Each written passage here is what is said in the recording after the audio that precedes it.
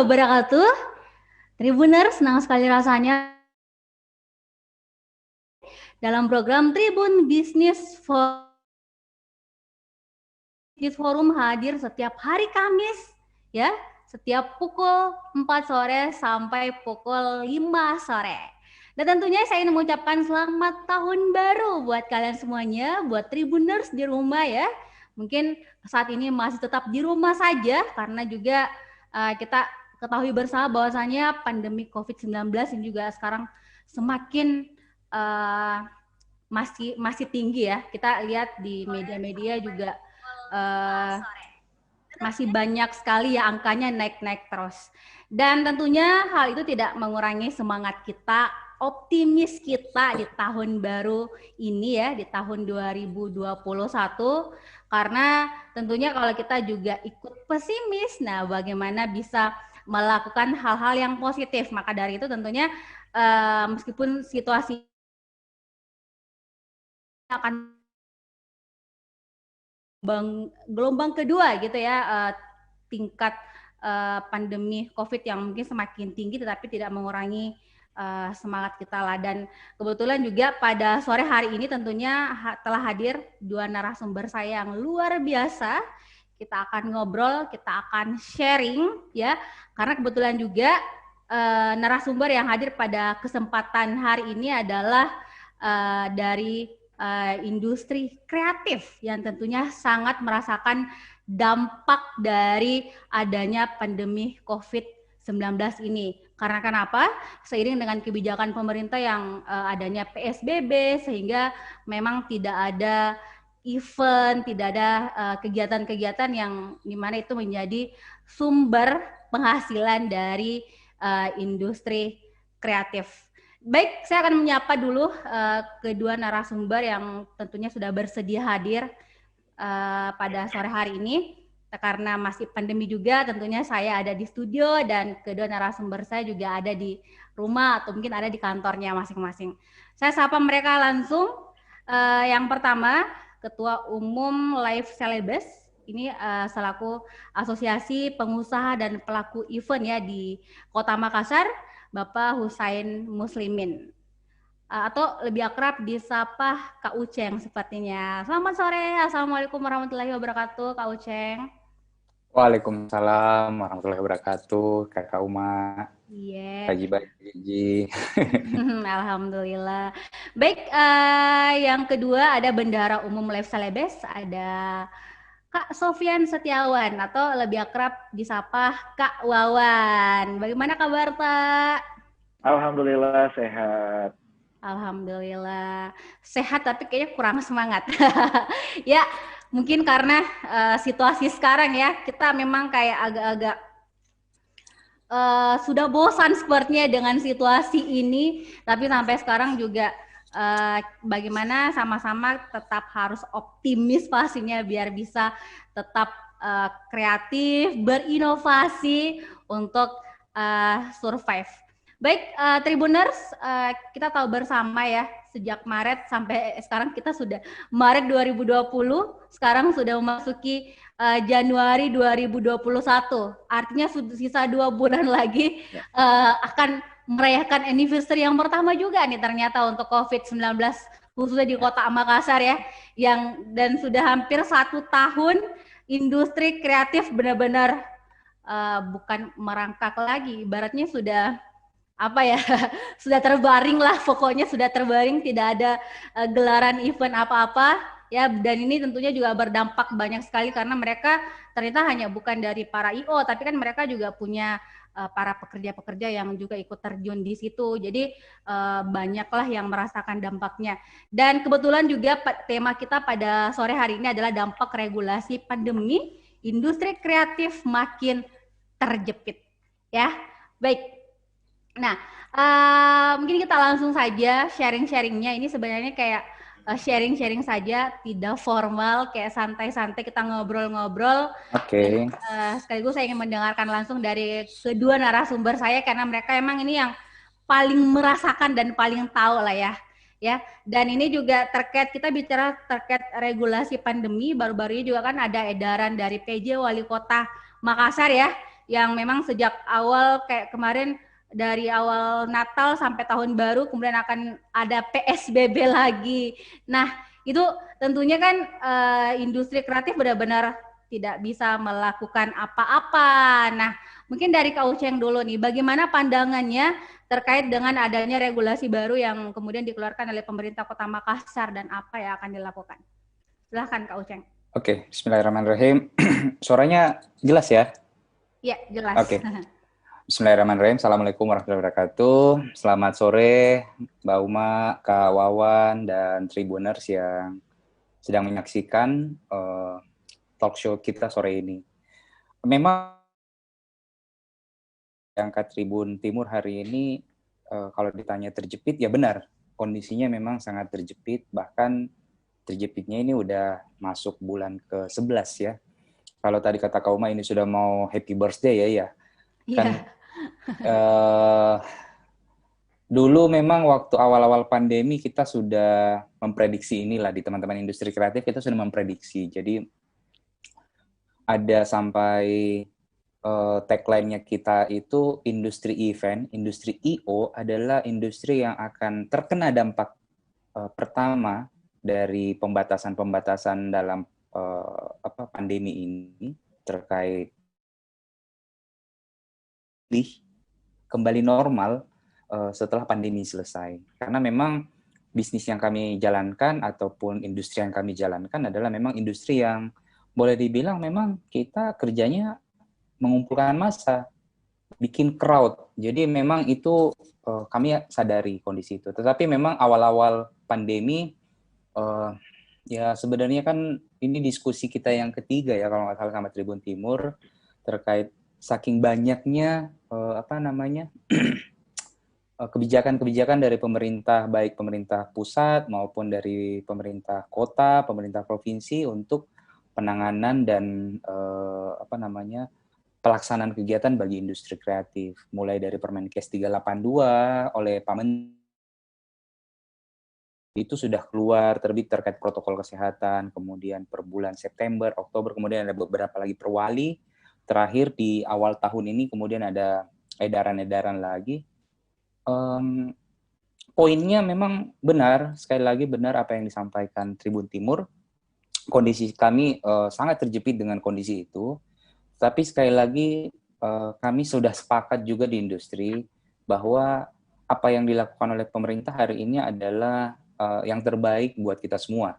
Karena kami juga berprinsip kalau pandemi ini cepat selesai, industri ini akan segera cepat pulih. Tetapi memang sekali lagi ya kondisi ini juga di dalam pelaksanaannya banyak yang tidak ideal jadinya.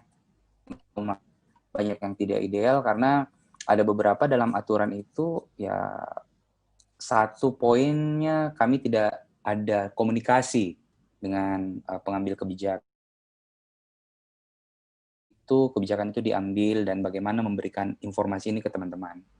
Karena dalam berjalannya organisasi kami, industri kami di industri event, dalam beberapa kesempatan kami sudah sampaikan bahwa industri event di Sulawesi Selatan, di Kota Makassar ini juga ada kurang lebih 4.000 orang di baliknya. Dan itu adalah semua orang-orang yang terkena langsung dampak industri dan ya sekali lagi ini adalah pukulan yang berat. 4.000 orang ini di balik semua industri yang mulai dari pekerja, pemimpin perusahaan, tenaga kerjanya, dan keluarga, itu jelas sangat terdampak langsung. Ya kira-kira itu sebagai pembuka bahwa ya kondisi kami memang sangat terjepit dengan aturan yang ada, tapi yang menjadi konklusi kami, menjadi kesepakatan kami dengan rekan-rekan teman-teman adalah ya mau di apa kita harus mensupport pemerintah dalam hal ini untuk percepatan penanggulangan penularan virus COVID-19. Baik, terima kasih. Intinya adalah ini adalah pukulan berat ya bagi industri event, apalagi tadi disampaikan ada kurang lebih 4.000 yang memang ada di balik dari event-event yang ada di Kota Makassar, gitu ya Kak Uceng ya. Nah, saya ke Kak Wawan dulu. Tadi kita ketahui bersama memang ya dampaknya luar biasa sekali. Ditambah lagi saya memang melihat sih selalu ada regulasi-regulasi yang dihadirkan oleh pemerintah. Tapi kalau menurut saya secara pribadi, regulasinya kayak selalu berubah-ubah. Jadi kita belum adaptasi dengan regulasi yang satu, kemudian muncul lagi regulasi yang baru. Jadi juga kan kita jadi bingung juga mau seperti apa jadinya. Sementara kan kita ini ingin bangkit gitu loh. Nah, kalau Kak Wan sendiri melihatnya seperti apa Kak? Terkait ini sekarang, apalagi ditambah lagi aturan-aturan baru, silahkan.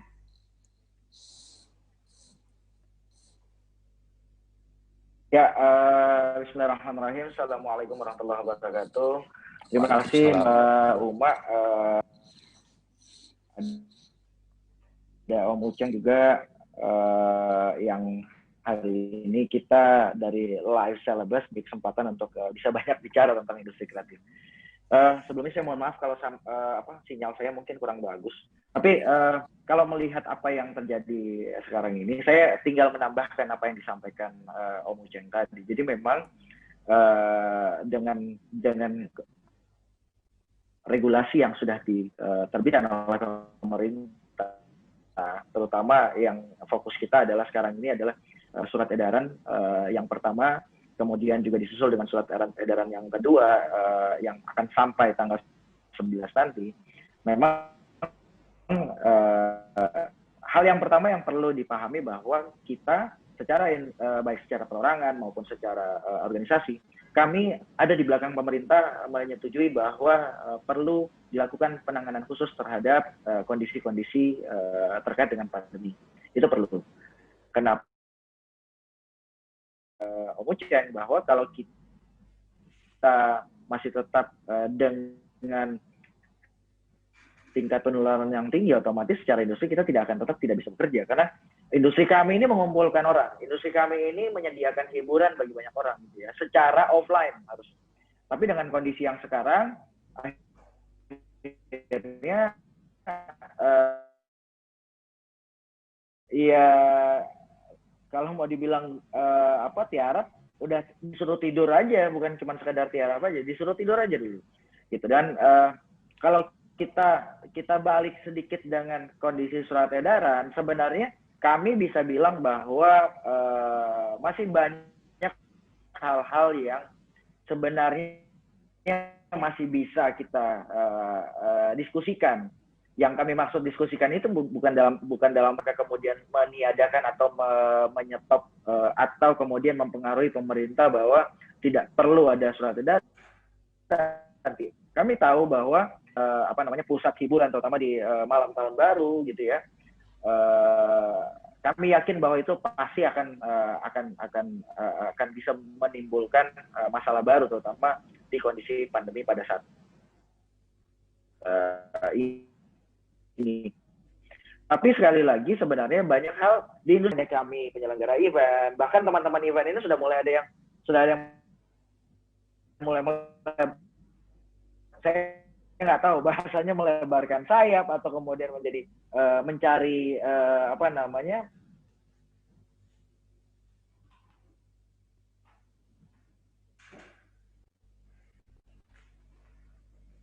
menghadapi kondisi pandemi ini. Nah, harusnya, halo? Iya, lanjut. Oke. Ya. Dan harusnya ada hal yang masih bisa ditolerir.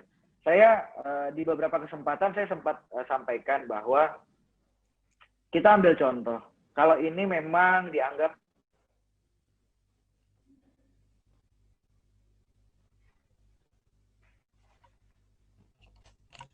Halo? Hari ini saya belum tahu atau belum pernah dilakukan pengukuran bahwa titik-titik yang dimaksud, terutama yang ditutup selama atau yang dimaksud di dalam surat edaran itu menjadi potensi penularan virus. Gitu. Saya malah condong mengarah kepada harusnya dilakukan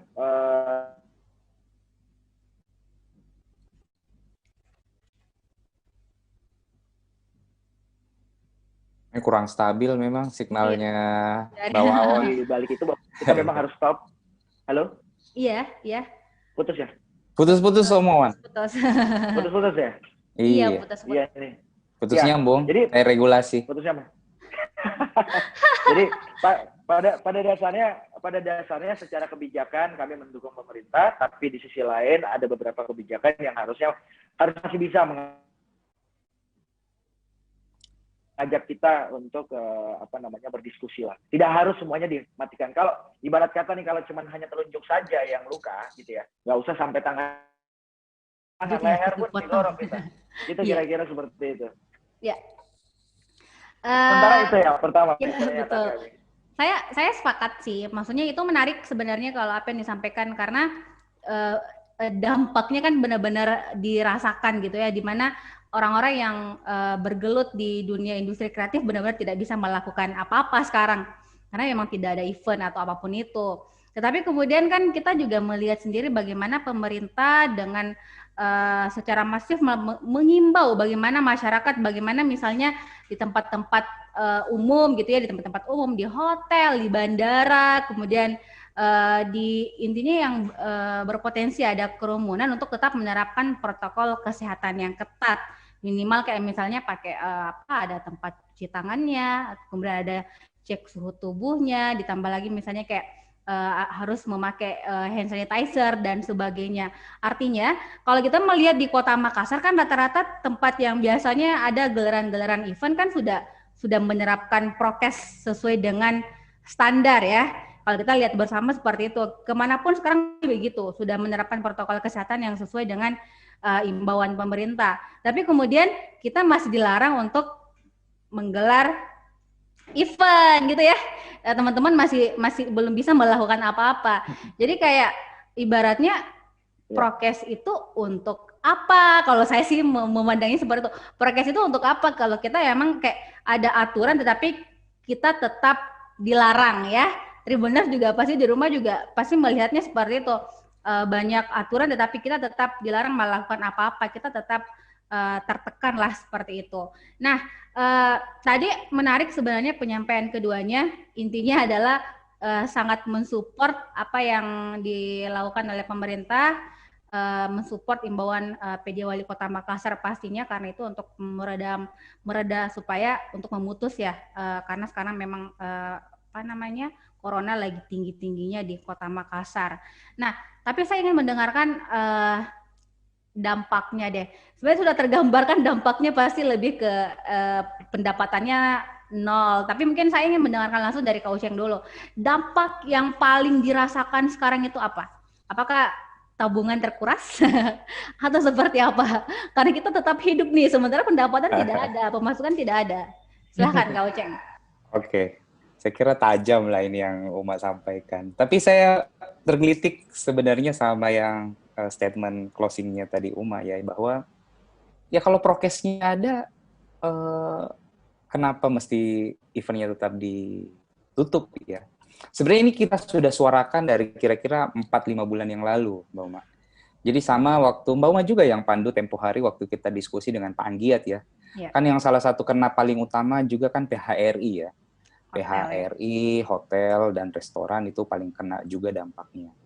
Makanya kami sempat protes juga, tetapi ya sekali lagi memang ini adalah bahasa kami di beberapa diskusi adalah national disaster lah ini pandemi COVID. Jadi namanya bencana nasional ya kita juga harus menghargai semua apa yang dilakukan, upaya-upaya yang dilakukan oleh pemerintah, upaya-upaya yang dilakukan oleh teman-teman tenaga kesehatan. Kami mencari akhirnya titik tengahnya adalah bahwa kami harus berempati buat itu. Kalaupun kami oposisi terhadap pemerintah, terhadap kebijakan-kebijakannya, akhirnya kami ada di titik bahwa kami harus berempati kepada teman-teman tenaga kesehatan yang juga sahabat-sahabat kami sebagian besar juga ada di situ. Bagaimana mereka berjuang melawan pandemi ini.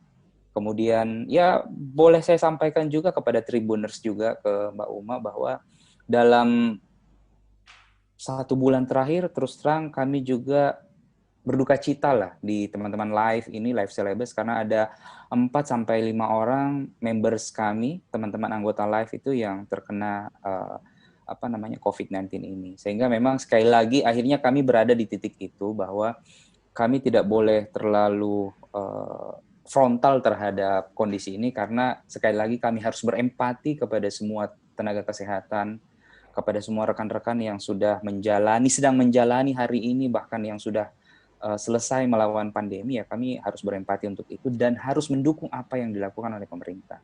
Sebenarnya kaitannya di situ. Tapi sekali lagi, memang kami setuju sama yang Mbak Uma tadi quotes-kan itu. Kalau prokesnya ada, kenapa mesti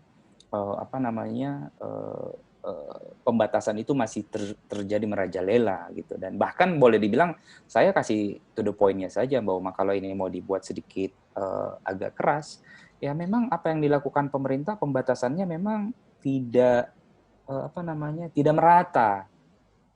Di satu sisi kadang ada, ya saya to the point saja, di industri kita sebelum saya masuk ke dampak langsung ya, kan tadi pertanyaan utamanya Mbak Uma ke situ ya.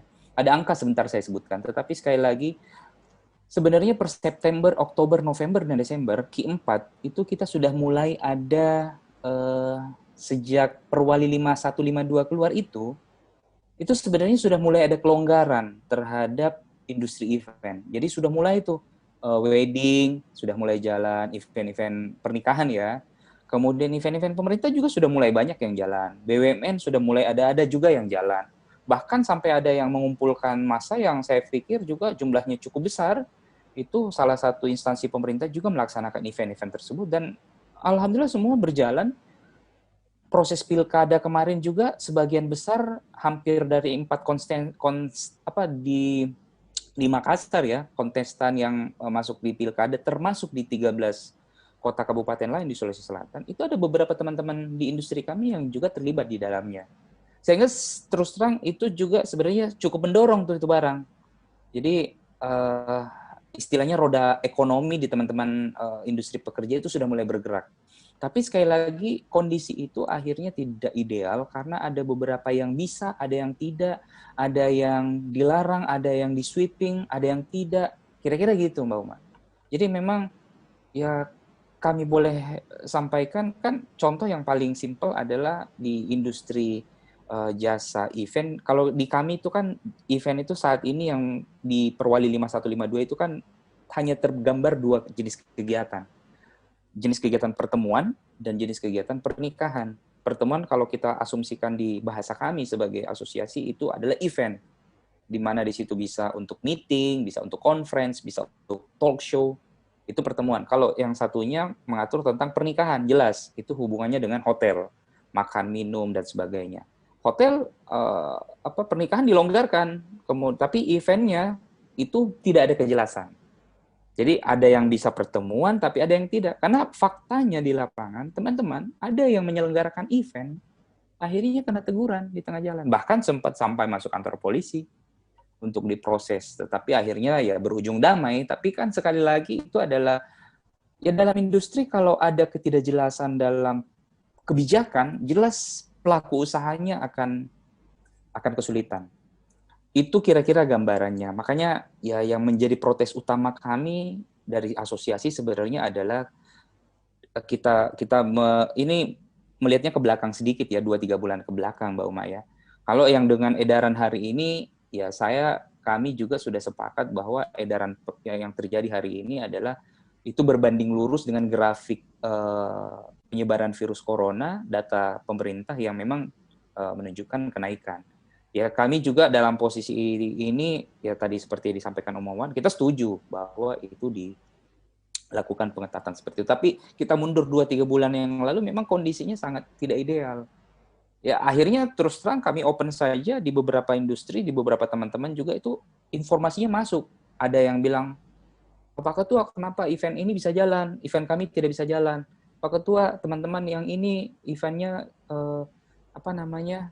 di sweeping, ini yang lain, ada yang event yang lain bisa jalan dan seterusnya. Event pemerintah tidak ada yang diprotes, dan sebagainya. Itu akhirnya jadi ya kami ribet sendiri menghadapi pertanyaan-pertanyaan itu karena regulatornya kan di pemerintah dan itu memang tidak ada kejelasan. Instruksi Kapolri sudah cukup jelas, memang tidak ada izin keramaian. Sehingga memang tidak ada pemberlakuan. Bahkan di bulan Desember itu ada 2 event yang sebenarnya cukup bermasalah ya, kalau kita bilang bermasalah karena akhirnya mau sempat dibuat offline tapi akhirnya mendadak minus 6 jam menjelang event akhirnya dibatalkan dan harus online virtual. Itu salah satu event yang ada di Monumen Mandala. Itu juga salah satu ketidakjelasannya pemerintah. Itu bagi saya bayangkan untuk sebuah event yang sudah di-create kira-kira 3 bulan sebelum pelaksanaan kegiatan, itu dijadwalkan offline, tetapi akhirnya karena tidak ada kesimpang siuran keputusan, minus 6 jam itu akhirnya dibatalkan dan harus dibuat lebih virtual.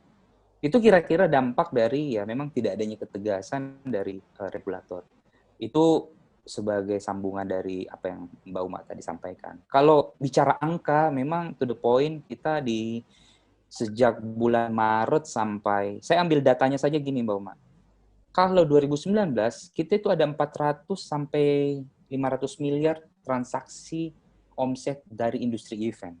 Dengan jumlah event itu ada sekitar 800 event di 2019 ya. Dan memang praktis 2020 sejak pandemi per Maret sampai Desember itu semua hampir boleh dibilang jauh tiarapnya. Bahkan kami sempat menghitung kalkulasi di bulan Maret sampai bulan Juni 2020, itu ada potensi kehilangan omset yang teman-teman masih prediksi itu hari. Kan Januari Februari kita masih on lah ya, masih bikin proposal, masih bikin RAB, masih presentasi. Saya juga beberapa dengan klien masih sempat presentasi untuk persiapan event di Maret, April, Mei, Juni, Juli. Tapi akhirnya batal semua dan kami coba melakukan pengumpulan data terhadap itu. Ada sekitar 40 sampai 50 miliar loss potensial ya event yang batal, yang postpone di periode itu, periode Maret sampai Juni 2020. Dan memang setelah itu Maret, Juni, Juli, Agustus, September itu ke atas memang boleh dibilang praktis yang tadi Mbak Uma sampaikan zero. Karena memang di situ sangat ketat-ketatnya ya. Kira-kira seperti itu nanti Mbak Wawan, Om Wawan yang tambahkan, silakan. Ya, terima kasih Kak Oceng. Tribunnya sebenarnya sih disampaikan tadi, intinya adalah ini juga menjadi pertanyaan banyak orang. Kenapa event pemerintah bisa berjalan lancar tanpa hambatan, sementara event-event lainnya itu banyak sekali hambatan-hambatannya. Dan sampai sekarang pun tentu kita belum tahu lah ya. Kita belum tahu apakah memang kalau event-event pemerintah mampu berjalan sesuai dengan protokol yang sangat ketat atau seperti apa, sementara yang lain dinilai belum bisa atau seperti apa, kita juga tidak tahu. Tapi saya mungkin ke Kak Wawan dulu. Bagaimana ini kan selain sebagai bendaharanya, ini juga selaku tentunya punya IO sebagai IO juga pastinya ya, punya perusahaan yang menaungi itu.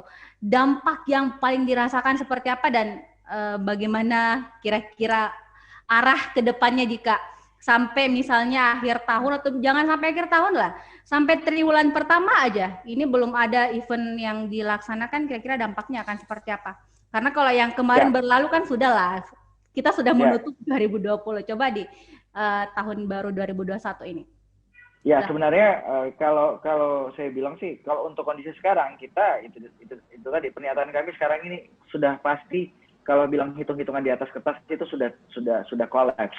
Gitu ya. Kami cuma mampu bertahan dengan kondisi yang ada gitu ya. Nah, tapi tentu kami punya harapan yang besar.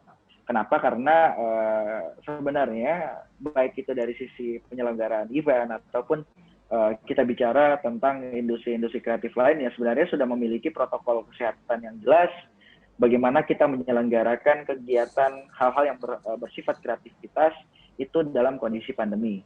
Itu sudah ada panduan ya, seperti yang sudah disampaikan Om Uceng tadi, bahwa kita punya protokol kesehatan, panduan protokol kesehatan penyelenggaraan event itu lengkap sekali. Dan akhirnya saya harus tarik sedikit, kenapa kemudian ada perbedaan atau ada pembeda kalau misalnya event pemerintah bisa dijalankan sementara event swasta itu kemudian tidak. Nah, ini sebenarnya kita bisa merujuk ke depan atau 2-3 bulan ke depan ini, saya yakin harusnya sudah bisa dibuka regulasinya dengan catatan seperti ini. Contoh, event pemerintah itu sudah pasti dalam konteks penyelenggaraannya hanya mengundang jumlah orang yang terbatas. Itu pasti satu. Kemudian panduan protokolnya, penggunaan masker, menyediakan tempat cuci tangan berdasarkan jumlah atau kombinasi jumlah undangan, itu sudah diatur. Nah, Kemudian juga mengatur jarak. Kalau kita menggunakan kursi, maka jarak kursinya minimal 1,5 meter sekarang. Nah, itu dilakukan sebenarnya untuk event-event pemerintah. Nah, teman-teman di swasta itu juga menerapkan cara yang sama. Yang jadi problem sekarang sebenarnya adalah maklumat Kapolri yang belum secara nasional belum mengizinkan diterbitkannya izin keramaian sebagai dasar kita melaksanakan kegiatan penyelenggaraan event. Nah, tapi saya sebenarnya ya mudah-mudahan ini bisa disaksikan, didengar oleh pengambil kebijakan, baik itu di tingkat kota maupun provinsi, bahkan harapan kami secara nasional ke depan pada saat penyelenggaraan event. Kami yakin kami adalah orang-orang yang paling tertib menyelenggarakan event dengan protokol kesehatan, karena itu terbukti. Gitu ya, semuanya orang yang datang wedding contohnya, wedding itu boleh saya bilang adalah salah satu penyelenggaraan acara yang boleh dikata sudah punya banyak sekali aturan-aturan yang diterapkan, baik itu secara dari wedding organizer-nya, dari venue-nya, dari hotel, kemudian dari si pemilik acaranya atau si yang memiliki yang punya hajat. Itu pun juga sudah menerapkan protokol kesehatannya. Sehingga yang dibutuhkan sekarang itu hanya adalah kontrol. Atau boleh dibilang ada monitoring. Apakah si A penyelenggara eventnya sudah menerapkan protokol kesehatannya? Apakah si pengunjungnya sudah menerapkan protokol kesehatannya? Atau si supporting penyelenggaraan eventnya juga sudah menerapkan protokol kesehatan? Karena di kami itu bahkan kalau simpelnya kalau kita bicara di forum mungkin mic itu saja kalau covernya sudah berganti, orangnya berganti, covernya sudah berganti. Nah, kalau di kami mulai dari box casingnya, si sound system, si lighting itu semua disinfektan sebelum memasuki venue, itu sudah melalui proses desinfektasi, sehingga barang-barang yang masuk ke dalam venue tempat penyelenggaraan event itu konteksnya sudah memenuhi aturan protokol kesehatan. Apalagi orang. Nah, jadi kalau kita harapkan bahwa industri, terutama industri event ini bisa kemudian tumbuh kembali di tahun 2021, harapan kami solusinya itu bukan di stop, tapi kemudian kami dipandu, kami didampingi, dan kami juga siap, terutama dari sisi asosiasi. Kami sudah pernah menawarkan di awal-awal kami berdiri, kami sudah pernah menawarkan bahwa kami siap bermitra dengan satuan tugas penyelenggaraan COVID, karena kami tahu bahwa biasa kami gunakan yang mungkin tidak familiar bagi kami tahu bahwa ini bisa dilakukan disinfektan, ini boleh kita lakukan penyelenggaraan menggunakan protokol kesehatan dan seterusnya. Ini kan hal yang baik untuk kita diajak bicara, kemudian hal yang baik juga terutama di sisi industri. Tadi sudah disampaikan oleh Pak Ketua bahwa kurang lebih sekitar 4.000 tenaga kerja kami yang saat ini sudah hampir 11 bulan ini akhirnya harus berada di rumah duduk manis gitu ya. Saya nggak tahu bisa duduk manis atau enggak, tapi paling tidak bagaimana caranya sekarang kita sama-sama, baik kami dari industri, kemudian dari pemerintah, untuk kita duduk bareng. Ayo kita beri contoh bagaimana protokol kesehatan penyelenggaraan event. Kalau venue-nya outdoor, itu bagaimana mekanismenya? Kalau venue-nya indoor, itu bagaimana mekanismenya? Teman-teman di wedding organizer itu, di industri wedding, itu sudah sangat familiar dengan protokol kesehatan. Tapi toh akhirnya juga dengan kondisi yang sekarang, ya saya dengar bahkan ada yang sempat di-stop acara pernikahannya. Ini kan bahkan di kabupaten lain, saya nggak tahu di luar Sulawesi, bahkan ada yang pengantinnya akhirnya harus dipidanakan, harus menanggung resiko apabila tidak memenuhi protokol kesehatan. Secara umum kami setuju karena protokol kesehatan itu sebuah kewajiban. Tapi sekali lagi yang saya sampaikan, kalau yang luka itu adalah jempolnya, telunjuknya, jangan sampai diamputasi lengannya. Karena sekali lagi kami juga orang-orang yang bisa menebar senyum, menebar kebahagiaan, yang otomatis ini adalah bagian dari syarat meningkatkan imunitas tubuh kan. Nah, harusnya kamilah bagian dari solusi dari pemerintah atau solusi menghadapi kondisi yang sekarang ini, tentunya dengan protokol kesehatan yang ketat. Itu sih sebenarnya kalau harapan kami 2-3 bulan ke depan bolehlah kita dicoba untuk jalankan event, dibuka kerannya, izin dalam pengertian izin yang dikeluarkan itu adalah izin-izin yang memiliki tingkatan-tingkatan khusus. Jadi bukan hanya sekadar menerbitkan izin keramaian saja, tapi bagaimana kemudian CEO-nya, CWO-nya itu bisa muncul dengan proposal tengang protokol kesehatan, penanganannya seperti apa. Nah ini kan tentunya tantangan juga buat kami di industri untuk bisa menghadirkan regulasi-regulasi ketat penyelenggaraan event sehingga pemerintah ataupun petugas yang memang menangani pandemi ini bisa terbantukan. Itu kira-kira dari saya sementara, Mbak Uma. Ya, terima kasih Kak Wawan. Ya, jadi kalau Tribuners tadi kalau kita mendengarkan ya dari teman-teman dari Live Celebes ini siap gitu loh mengkawal atau membantu pemerintah dalam atau satuan petugas COVID gitu ya dalam memutus mata rantai COVID-19 cepat-cepat pandemi ini segera berlalu. Tetapi kemudian tadi juga sebenarnya disampaikan bahwasanya kan kadang ada event yang dibubarkan, kadang ada event yang lancar-lancar yang tentunya bergelut di industri kreatif ini butuh kayak semacam contoh gitu ya. Sebenarnya event yang tidak akan dibubarkan itu seperti apa? Berikan mungkin ada contohnya, ada kayak semacam yang ideal lah. Event yang ideal itu seperti apa yang dianggap tidak melanggar protokol kesehatan ya, sebagaimana yang ditetapkan oleh pemerintah sehingga semuanya bisa tetap jalan. Karena tadi kalau 4.000 tenaga kerja yang ada di balik dari teman-teman yang tentunya gabung di Live Celebes ini, wah mereka makan apa sekarang kan? Itu mereka makan apa? Bagaimana mereka mendapatkan penghasilan? Oke, banyak sih yang mengatakan bahwasannya mereka kemudian beralih untuk memanfaatkan platform digital. Tapi apakah semua mampu memanfaatkan itu? Apakah semua punya potensi ya yang mereka bisa asah, misalnya kayak mereka bisa jualan online atau apa dan sebagainya? Kan tidak semua orang punya skill di wilayah itu. Itu solusi buat mereka apa gitu kan? Mungkin saya juga mendengar bahwasanya untuk di industri kreatif sampai hari ini juga belum ada stimulus yang diberikan oleh pemerintah ya, atau saya sudah ada ya. Saya mungkin yang kurang update, artinya harusnya kan ketika misalnya semua serba dilarang, itu ada solusinya dong. Kita dilarang melakukan event, nah solusinya apa nih biar kita bisa tetap hidup. Anak istri butuh makan gitu ya. Oke lah untuk kebutuhan lain mungkin yang menunjang gaya hidup mungkin sekarang kita stop dulu ya. Tapi kan lebih ke untuk makan, besok mau makan apa ya, kan gitu-gitu. Mending kalau tabungan ada, tapi kalau tidak ada kan kasihan juga. Jadi sebenarnya kalau seperti itu tentunya apa langkah selanjutnya yang bisa dilakukan kira-kira? Karena kalau terus-terusan seperti ini, saya tadi kepikiran malah sama 4.000 di belakangnya itu yang tenaga kerja yang digabung di Live Celebes. Kalau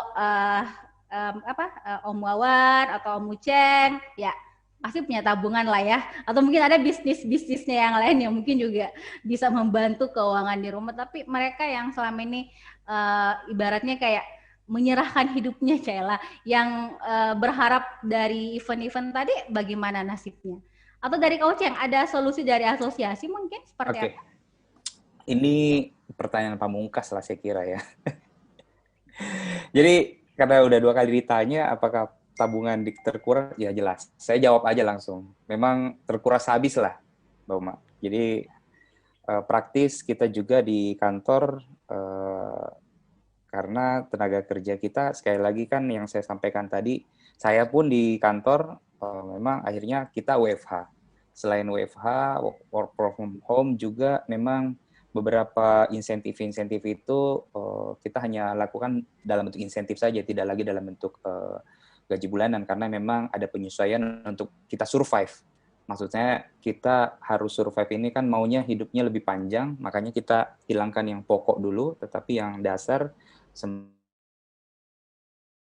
harus berikan insentif dalam upaya tetap menjaga kapal ini tetap jalan, kira-kira gitu secara internal. Tetapi secara data, jadi saya bagaimana menyusunnya, tapi saya coba susun seperti ini, Mbak Uma, terkait pertanyaannya. Yang disampaikan tadi Om Wawan juga ada kaitannya dengan apa yang saya mau sampaikan, bahwa kami tetap berharap kepada pemerintah. Kenapa? Karena memang dalam kondisi pandemi ini, satu yang kami mau sampaikan bahwa yang punya uang dalam kondisi sulit seperti ini hanya satu, ya pemerintah aja. Karena boleh dibilang sektor swasta juga terpukul. Saya kira juga Tribun Timur terpukul lah, pengiklan sold out. Betul. Saya juga diskusi dengan beberapa teman-teman yang lain di industri lain, yang namanya kalau industri swasta, kolaps. Industri media juga yang selama ini diharapkan pengiklan, kolaps. Yang diharapkan ya justru memang pemerintah aja yang beriklan. Ada ya bagusnya kemarin media-media saya dengar juga dapat insentif dari gugus tugas. Jadi gugus tugas dapat bikin program yang sifatnya ada edukasi ke masyarakat di radio, di TV, di cetak. Saya dengar itu dan itu insentif. Yang menyedihkan bagi kami di industri kreatif adalah insentif itu tidak pernah ada. Jadi saya mau sampaikan kemarin Pak Jokowi sudah meluncurkan lagi bantuan tunai. Saya kalau ini saya baca data ya, 28 triliun untuk PKH, kemudian 42 triliun untuk program sembako, 12 triliun untuk BST. Ini kan semua angka-angka yang fantastis dan kemudian tapi ternyata tidak pernah menyentuh industri kreatif. Itu yang kami sayangkan dan kami sangat sedih juga dengan kondisi ini. Karena sekali lagi teman-teman kami di industri kreatif itu yang saya bilang tadi 4.000 orang di balik industri ini itu adalah orang-orang yang memang sebagian besar juga ada di level ini. Tetapi kami sebagai asosiasi tidak pernah ada proses pelibatan dalam upaya untuk merangkul industri ini ke arah yang lebih baik. Itu kalau kita bicara bantuan tunai ya. Kemudian solusi yang kedua yang kita bukan solusi sih sebenarnya komplain yang kami sampaikan kepada pemerintah adalah selain tidak adanya insentif langsung seperti itu untuk industri kami,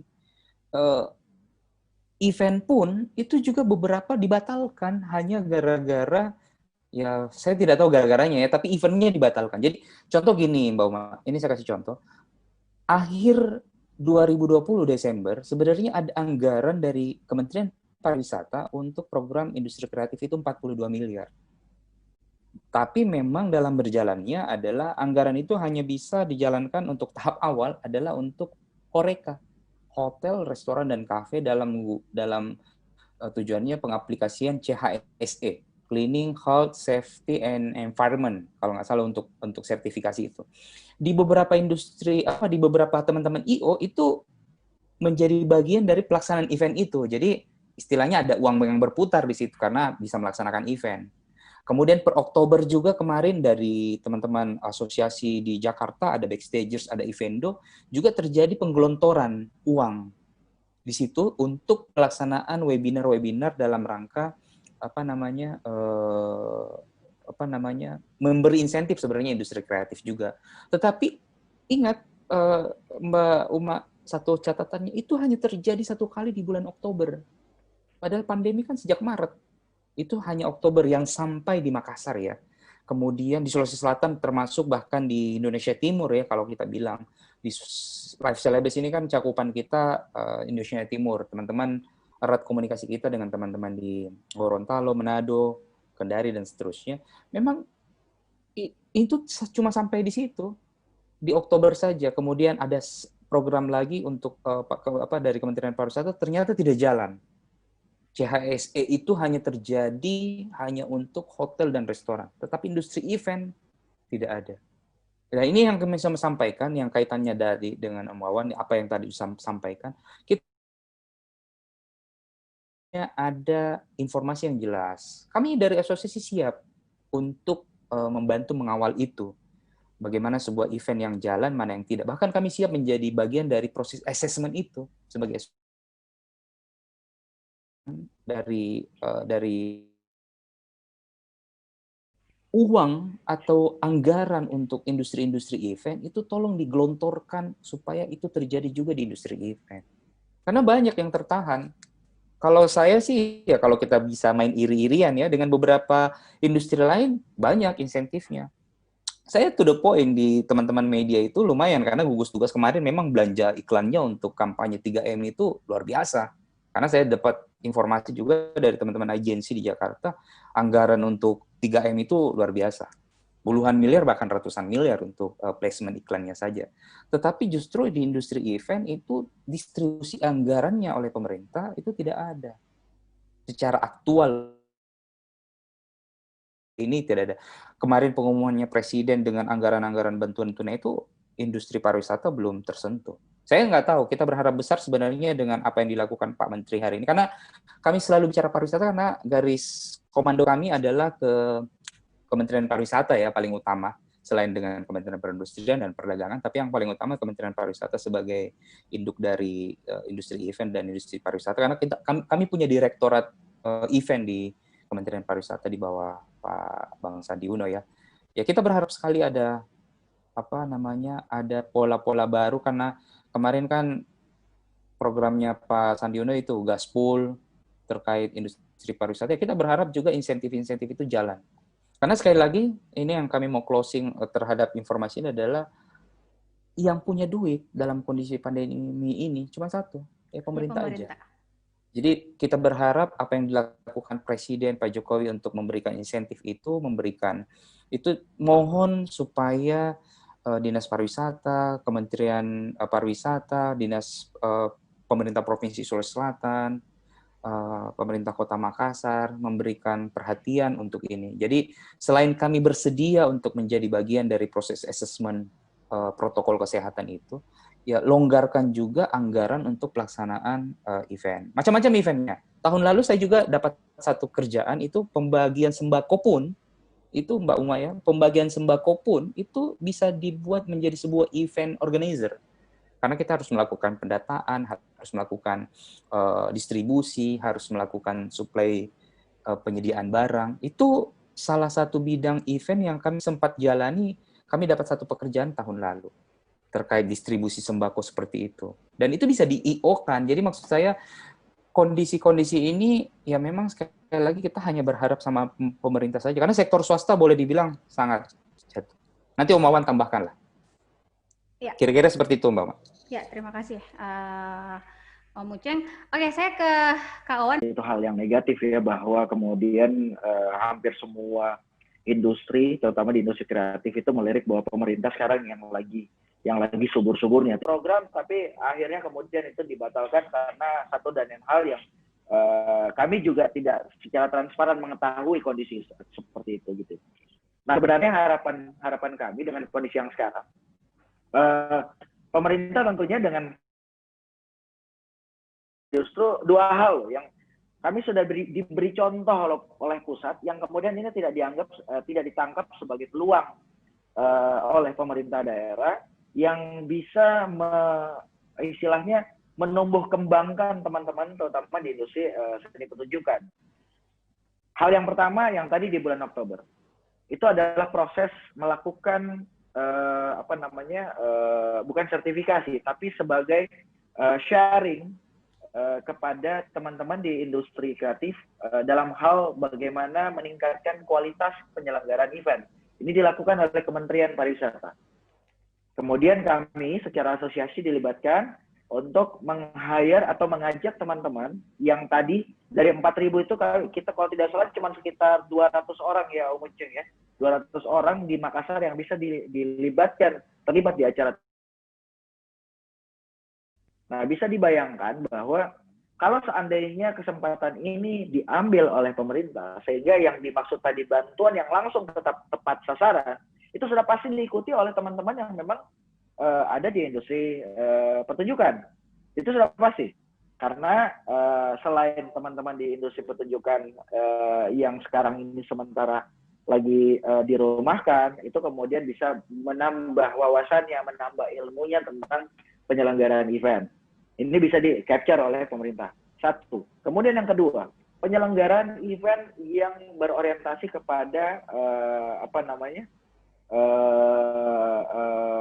hal-hal yang terkait dengan protokol kesehatan misalnya. Baik itu dari sisi penyelenggaraannya maupun dari sisi sebagai percontohan. Gitu. Itu kan harusnya juga bisa melibatkan teman-teman di industri untuk ini loh, kalau kita mau datang ke sebuah event dalam kondisi pandemi, ini tata caranya. Kita edukasi masyarakat. Setelah kami diedukasi secara personal, secara perusahaan, secara asosiasi, bahwa penyelenggaraan event itu protokol kesehatannya seperti ini, maka kami pun juga kembali dan bersama-sama pemerintah mengedukasi masyarakat bahwa menyelenggarakan sebuah event itu, ini loh caranya. Kalau datang, bagaimana kita memproteksi diri kita? Gitu ya. Kemudian, kalau kita berinteraksi di tempat penyelenggaraan event, bagaimana kita memproteksi diri kita? Tapi yang suka atau tidak suka yang terjadi sekarang adalah itu berjalan dengan sendirinya. Gitu loh, berjalan dengan sendirinya. Saya nggak tahu apakah itu sesuai dengan yang pasti harus sesuai dengan protokol kesehatan. Tapi apakah itu berizin atau tidak? Ya kita pahami sama-sama secara administrasi itu tidak mungkin untuk diterbitkan izin keramaian. Akhirnya harus ada yang di stop, gitu ya. Nah, hal-hal ini kan kemudian di sisi industri itu pastinya akan melemahkan teman-teman yang memiliki kreativitas yang kemudian mau disalurkan. Akhirnya harus, bahasa kerennya, kalau kita bikin nanti di stop lagi bagaimana, sudah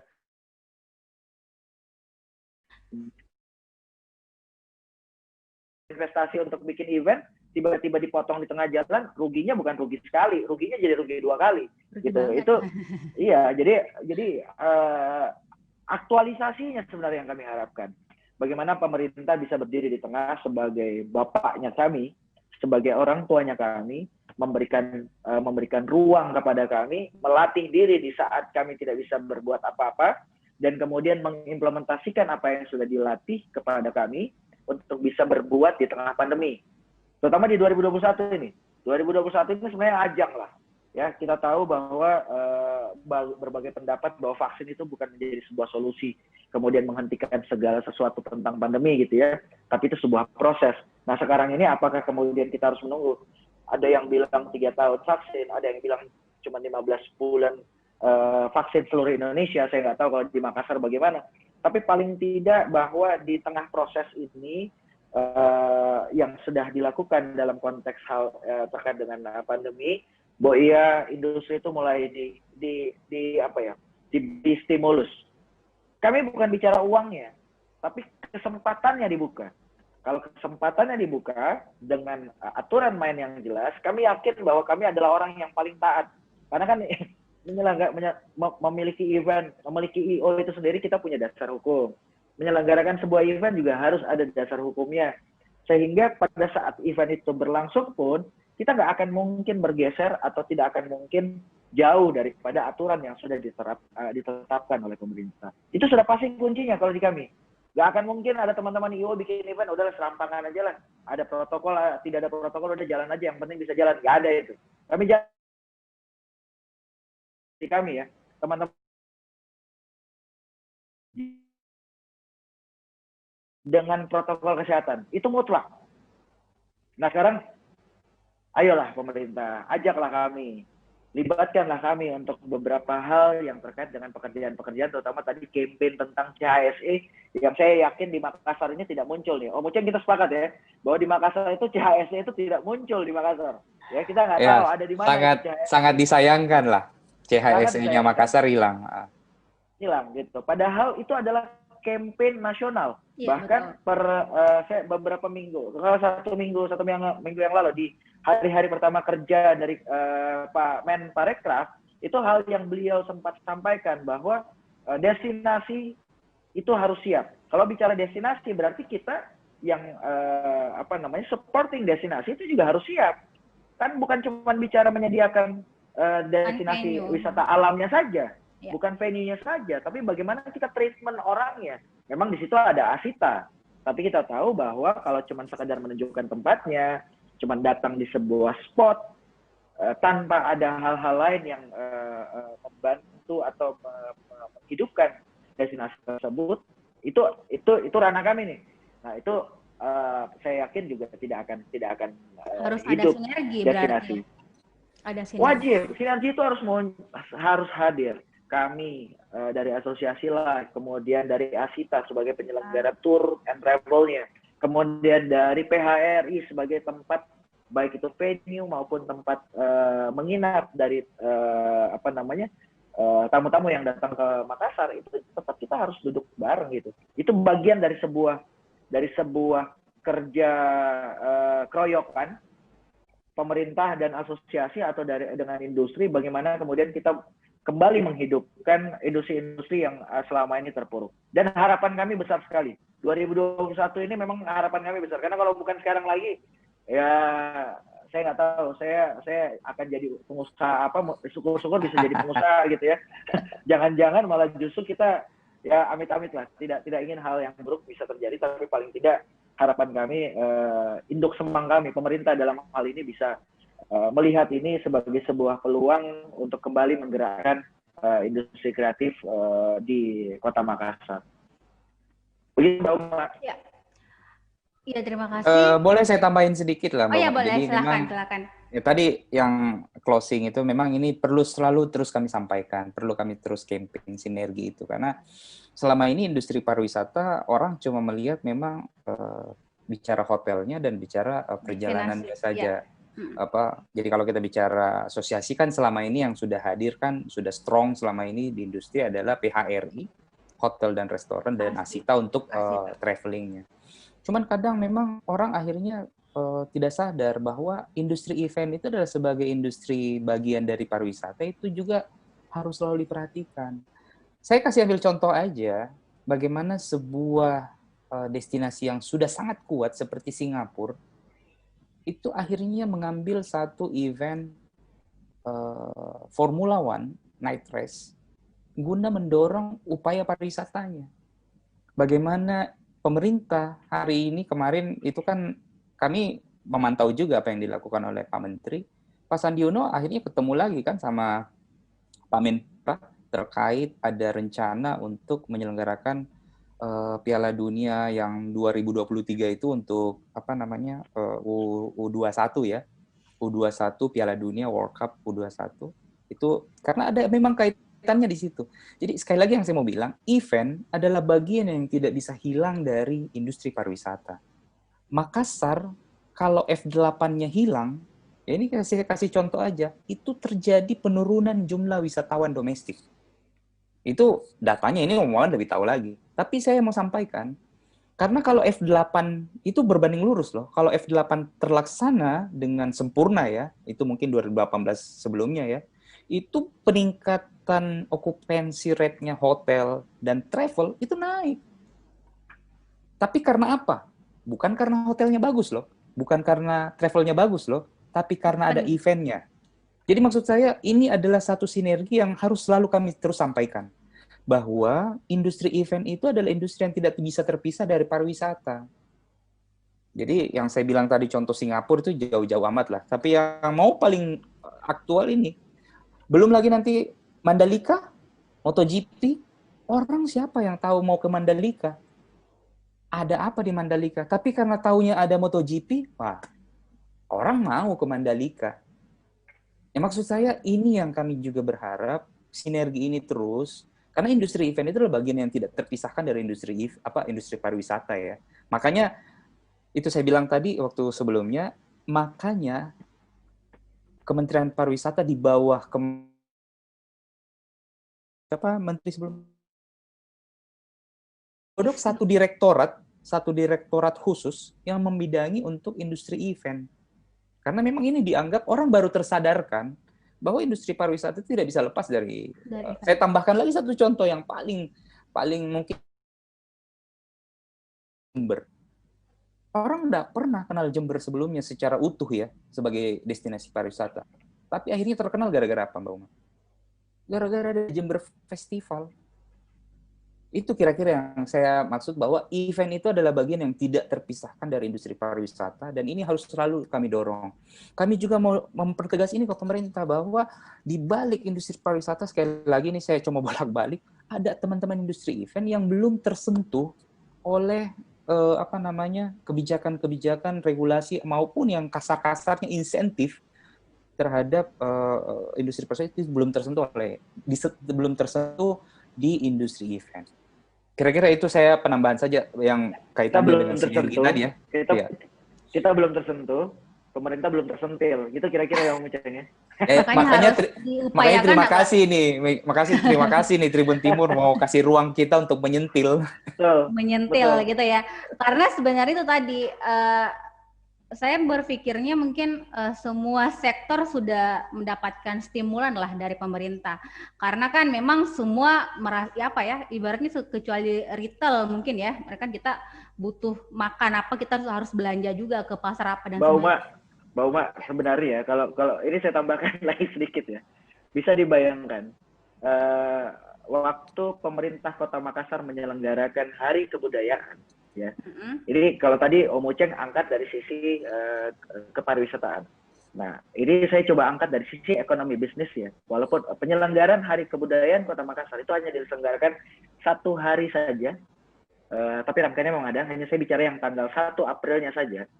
Itu mungkin Mbak Uma sendiri merasakan satu Kota Makassar itu mulai dari kantor pemerintah, kantor swasta, sekolah-sekolah wajib menggunakan busana adat. Masih ingat ya? Iya. Nah, saat semua orang menggunakan busana adat, boleh ditanya tempat penyewaan, boleh ditanya tempat di pasar Butung misalnya yang menjual busana-busana adat. Itu habis bis. Jadi itu hanya karena kita menyelenggarakan event. Yeah. Bisa dibayangkan kalau ternyata ide-ide kreatif teman-teman untuk yang bersinergi dengan pemerintah itu kemudian kita kembangkan terus, tentunya dengan kondisi yang sekarang event itu tidak akan hanya menyelesaikan satu masalah bahwa kemudian teman-teman kami yang 4.000 orang itu bisa bekerja, tidak. Tapi kami juga bisa menjadi stimulus kepada teman-teman di industri lain, industri kreatif, seniman, kemudian tadi industri tekstil terutama yang tradisional, karena kami sadar sekali Makassar, mohon maaf, quote unquote, boleh dibilang bahwa Makassar ini sangat minim destinasi wisata. Betul ya, kita sepakat ya, Kota Makassar. Ya. Kita cuma ada wilayah pantai kita, Kandelosari saja, betul. Makassar kota bisnis, Om Wawan. Makassar ini kota bisnis, kota perdagangan, kuliner. Ya. Nah, dengan kami berusaha untuk menciptakan event-event kreatif berskala nasional bahkan internasional, bisa mensupport banyak hal. Kalau tadi Om Uceng bilang orang domestik travelers datang ke Makassar. Saya tahu ini kemudian jadi PR kami berikutnya, bahwa harapan kami bukan hanya domestiknya saja, tapi itu next PR lah gitu ya. Tapi yang kondisi yang sekarang dulu nih, bahwa kami berusaha untuk menciptakan kreativitas yang membuat Makassar ini semakin bergairah, membuat Makassar ini semakin tersenyum, yang membuat Makassar ini menjadi kota yang boleh dibilang adalah kota yang indeks kebahagiaannya salah satu yang tertinggi di Indonesia. Nah, ini hal yang penting karena imunitas jadi bertambah.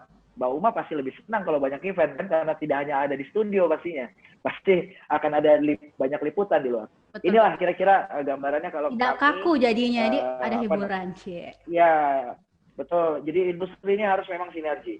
Hotel pasti merasakan dampaknya, teman-teman dari tour and travel juga pasti merasakan dampaknya, dan terutama kami penyelenggara juga pasti akan merasakan dampak positif dari setiap penyelenggaraan event di Kota Makassar. Itu mungkin pernyataan saya, Mbak Uma dan Tribuners. Siap.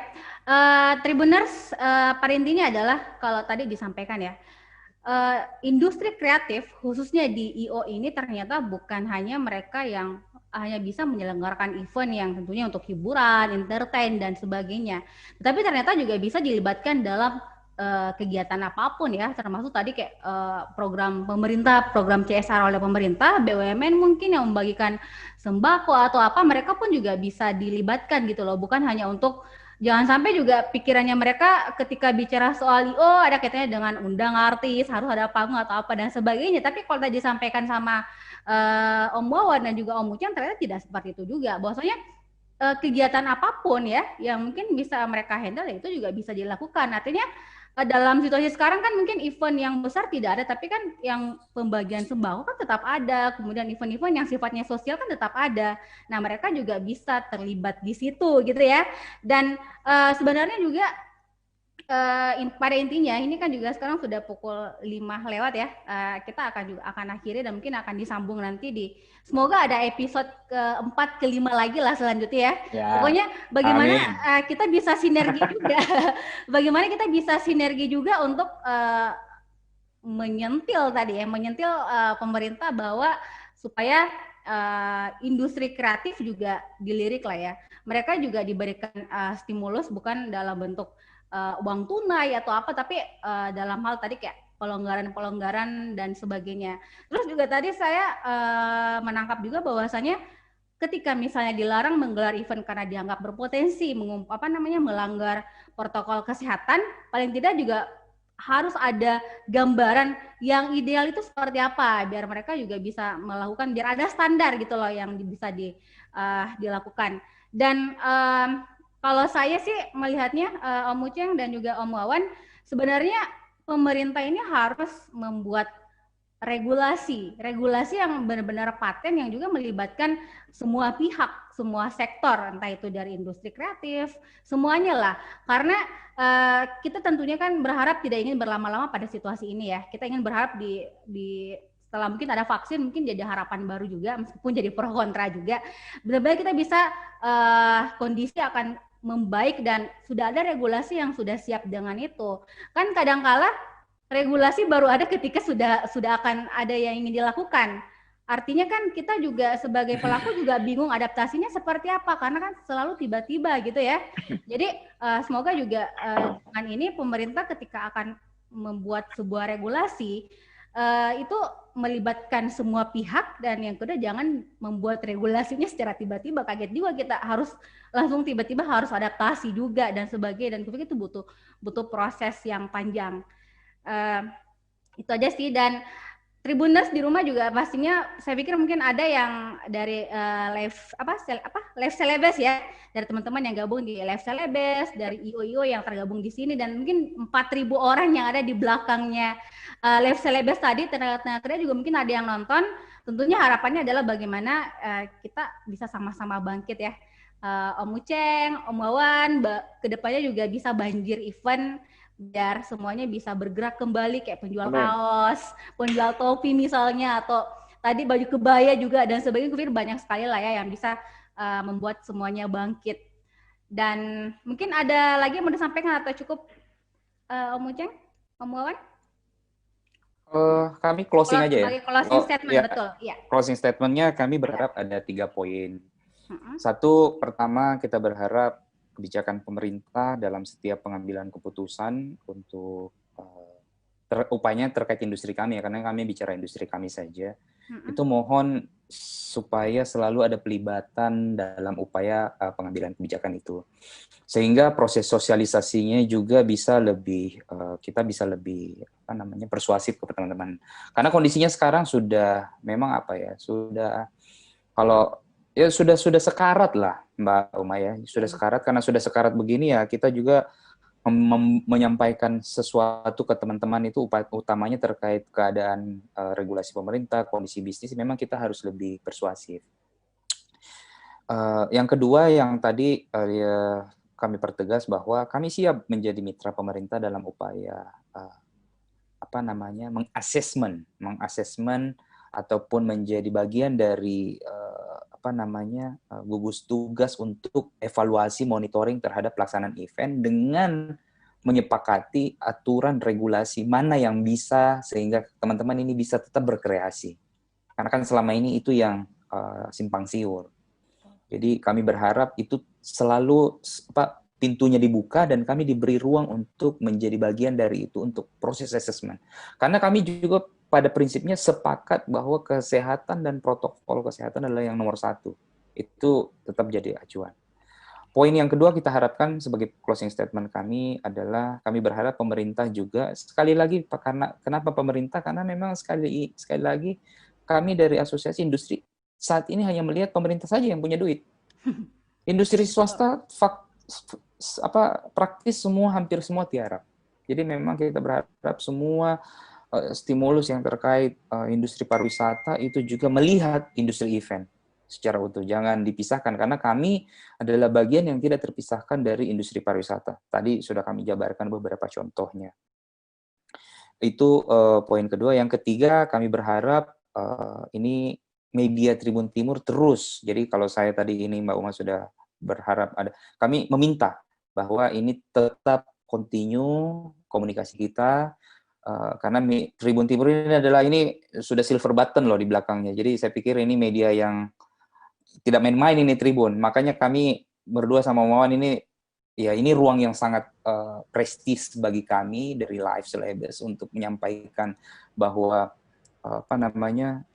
industri kami sudah sekarat dan butuh support, dan Tribun Timur adalah salah satu media yang selama ini juga mensupport teman-teman industri event, dan kita berharap ini terus dikerjasamakan sehingga besok-besok ada regulasi, ada apa, ya itu terus kita bermitra dan terus menjadi media untuk bermitra. Kira-kira seperti itu, Mama. Terima kasih ya. Iya, saya ke Om Wawan, closing statement, silakan. Kayaknya sudah disampaikan, dibotong tadi sama Om Uceng. Tapi yang pasti kami berharap bahwa harusnya tidak. Ini ya, betul. Ya. Ya, baik. Tentunya terima kasih banyak ya buat Tribuners di rumah juga yang dari tadi juga melihat, menonton kita di sini. Tentunya besar harapan khususnya di industri kreatif ini benar-benar bisa bangkit di tahun inilah ya.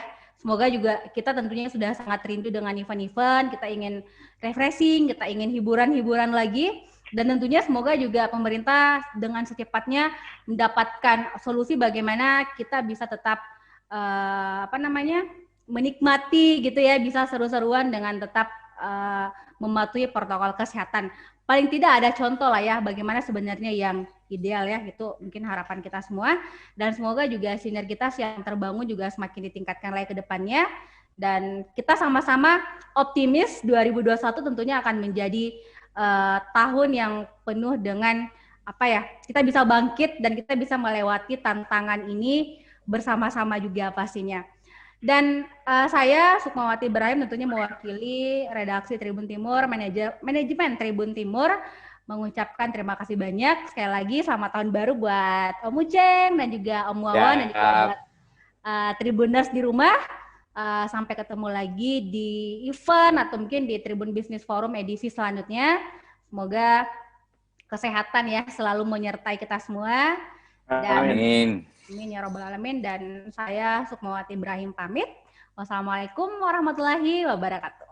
Waalaikumsalam warahmatullahi wabarakatuh.